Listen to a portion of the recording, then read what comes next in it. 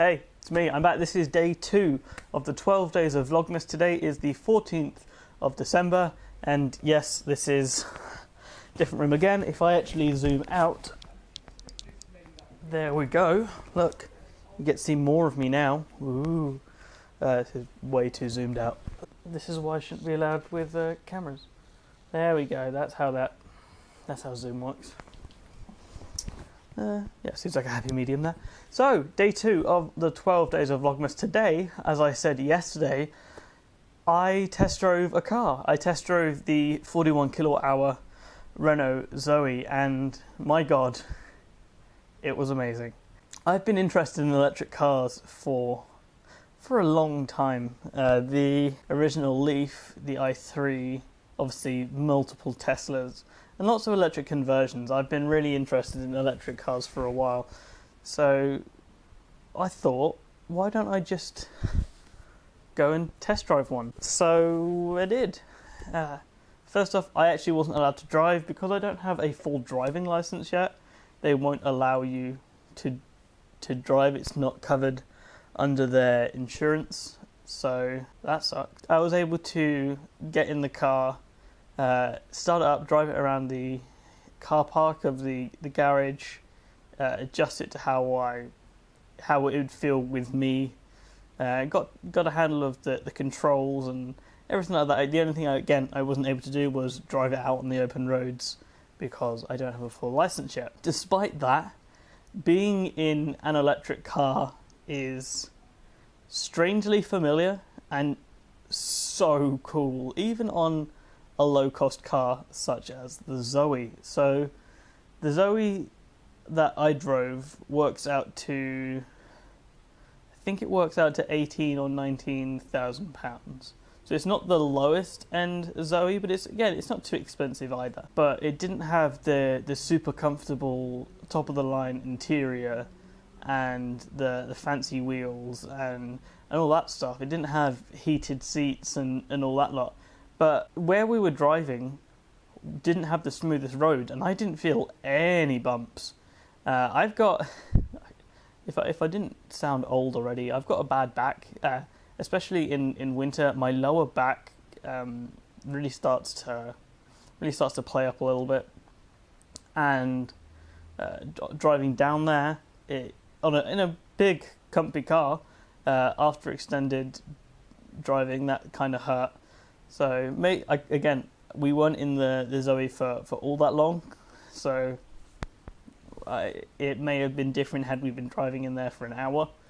But it was incredibly comfortable. The salesman said he wasn't a big fan of the heat pump, the way the heater in the Zoe worked, but I've got to say, the fact it wasn't forcefully blowing air at you and it just kind of heated up the entire chamber, I guess. I can't really think of the interior of the car. Heat up the entire interior of the car instead of forcing hot air out of fan ducts to heat up the car. The car just felt like it heated up slowly and comfortably.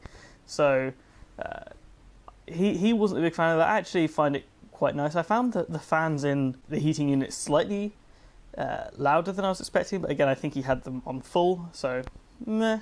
Something cool about the Zoe is you can preheat it. So there's a button on the key, or the key card or whatever. When the car is plugged in outside your house or whatever, it's cold outside, you really don't want to get into a cold car before going to work. I think it's from 4 meters away. You can just press the button on the key and a little light pops up on your dash to tell you that the car is heating up. Also, you can do that through the Renault Zoe app. The fact that cars have apps now is kind of insane. But again, you can lock or unlock the car, you can heat it up, you can cool it down, you can start or stop charging. So maybe you plug your car in to your charger when you get home at 6 o'clock, but you don't let it start charging till 11 o'clock because that's when your electricity will be cheaper. You don't have to remember to go and plug your car in at 11. You can just plug it in and not have the car start charging until that time, which is really useful. Another thing I really liked about it is the dash. I wasn't expecting to like the dash of the car.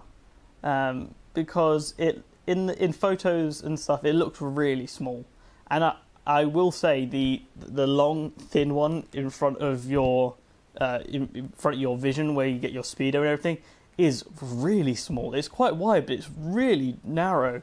I don't think it'd be too much of an issue, but it's definitely something that took me by surprise.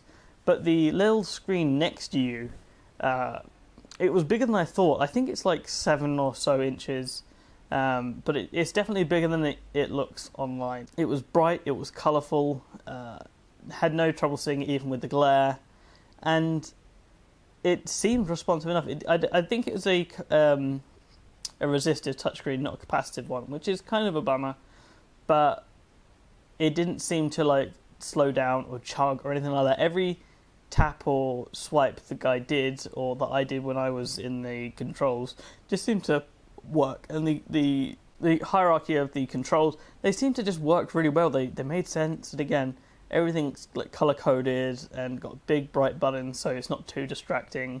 And as with pretty much every car that's not a Tesla Model 3, the steering wheel is just plagued full of buttons that I do not have the time to get into, and unfortunately I didn't get a photo of, but there is a metric butt ton of buttons on this thing. So one of the reasons I like electric cars or electric vehicles in general is the acceleration. So even though the top speed of the Zoe isn't all that high, I think it's like 87 miles an hour or something like that. What gets me isn't the 0 to 60 time or anything like that. It's like the 0 to 30 time. So you're at a junction and you just need to pull away, or you're at a roundabout and you really just want to get off to the next turning. Say you're taking the first exit, you just want to go. In an electric car, you do have that quick low end torque to just pull away and just go. And the guy taking us on the test drive showed us this. Again, really busy, huge, I think it's like a 3-lane roundabout at 1 or 2 in the afternoon. It was packed, and the guy just, like, he didn't even floor it all the way. He just took off, and he eased off the accelerator once he was out of the junction, and it was comfortable. It wasn't stressful, it wasn't doing anything. He wasn't worried if he was actually going to make it, because he knew he didn't need to go the fastest the car could go. He just needed to get up to speed enough to get out of there, and it worked fine. It's also quiet. A lot of people just don't realise just how quiet. We turned off the heater for a bit, just so my mum, actually, because she was with me, so she could see the noise or the lack thereof, because she thinks her car is pretty quiet, and I do think for what her car is, it is a genuinely quite a quiet car, but that's still a 1.8 litre turbocharged 7-seater people carrier. But it's quiet for that. But when you're comparing it to a 5-seater hatchback that's electric, it's a different level of quiet, and I think it took her by surprise too. And next is probably the last thing I really want to talk about. It's just the sheer amount of space inside the Zoe. So from the outside, the Zoe looks like a pretty small car. It's like a small to medium sized hatchback. They say it seats 5. It seats 5. It's 2 in the front, 2 in the back, and there's like a middle seat where, like, if you're lucky, you may get half of an Olsen twin in there. It's a very small seat in the middle, but you can comfortably seat 4. And I have relatively long legs. Despite not being a very tall person, I have really quite long legs. The guy in the front seat was 6 foot something. He had a seat moved back, and I sat behind him, and there was still enough room for me. So that was really nice. Again, really comfortable seats, loads of room up front. The windscreen seemed bigger. I can't quite figure out why. It's not a huge windscreen, but like when you were in the cabin, it seemed bigger than it was. That was a pretty cool trick, whatever they did to achieve that, and I was really impressed. So will I be buying one? Unfortunately not, at least not yet. So in the UK, you cannot buy or lease cars without a full driving licence, and unfortunately, much to the annoyance of many people, including people in my family, I do not have my full driving licence yet. So even if I had the money, I couldn't buy this right now. So that's one thing, is I don't have a full license.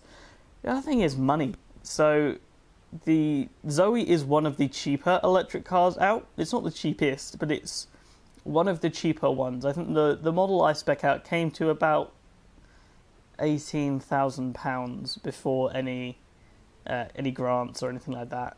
So it's not unreasonable, but it's still a pretty big investment. It's still just under £20,000. Now I'm really, really upset that I lost those bitcoins. So I'd need to get a job which pays over a certain amount for me to look after myself, pay rent, pay for all my medication, have enough to pay for the car, and then still have some left over for emergencies or anything. So I'm thinking it needs to be like a grand to $1,200 a month at the least before I even consider doing something like that. Or if I'd not lost that bloody Bitcoin wallet, I could have bought it cold hard cash right now.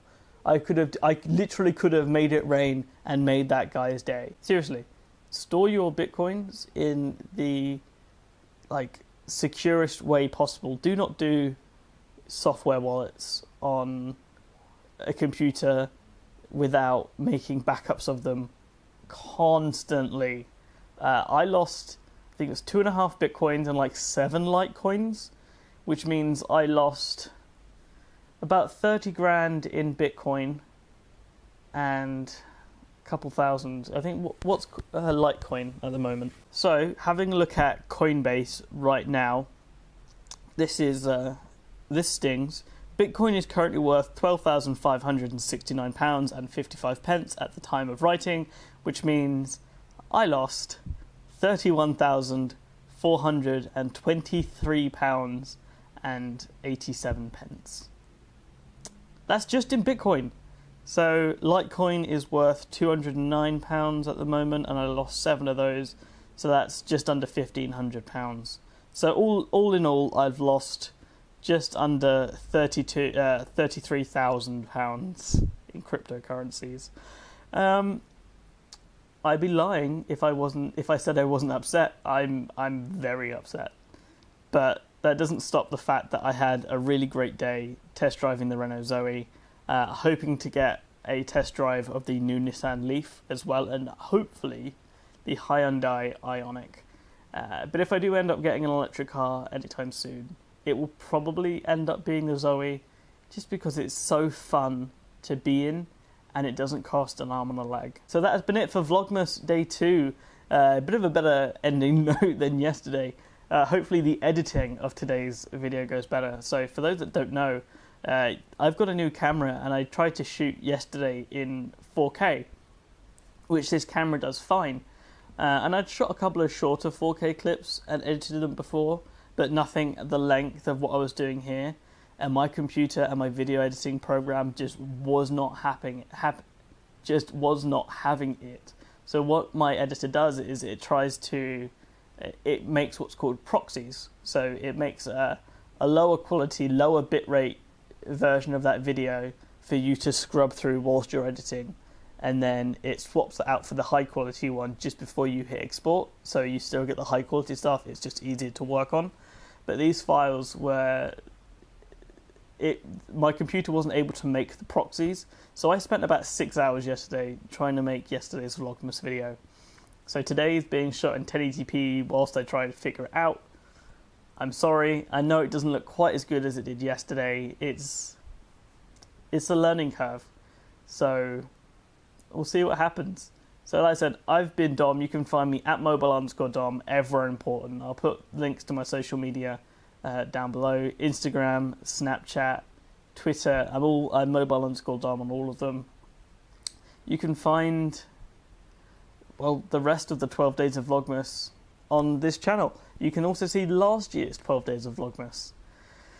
Until then, I'll see you tomorrow, guys.